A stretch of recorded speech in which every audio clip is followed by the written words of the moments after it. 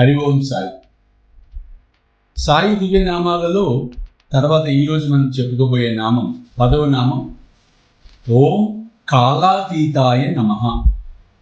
ఓం నాతో పాటు మీరు కూడా చెప్పవచ్చు. ఓం కాలాతీతాయ నమః. మరలా చెప్పండి. ఓం కాలాతీతాయ నమః. ఇంకొకసారి ఓం కాలాతీతాయ నమః. కాలానికి అతీతుడైన, కాలమే ఆయన. కాబట్టి ఇచ్చా మరణం, ఇచ్చా జననం. తను రావాలనుకుంటే వస్తాడు, వెళ్ళాలనుకున్నప్పుడు వెళ్ళిపోతాడు.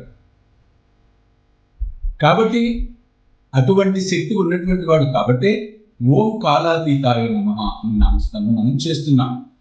ముఖ్యంగా ఈ నామము ఎవరికైతే కాలం కలిసి రావట్లేదు, అంటే సరిగ్గా పనులు సాఫీగా సాగటం లేదు, వారి నామస్మరణ బాగా చేసినట్లయితే అద్భుత ఫలితాలు. 9 అగరబత్తి పుల్లలు వెలిగించి బాబా దగ్గర పెట్టని సంకల్పించుకోండి. ఓం కాలాతీతాయ నమః.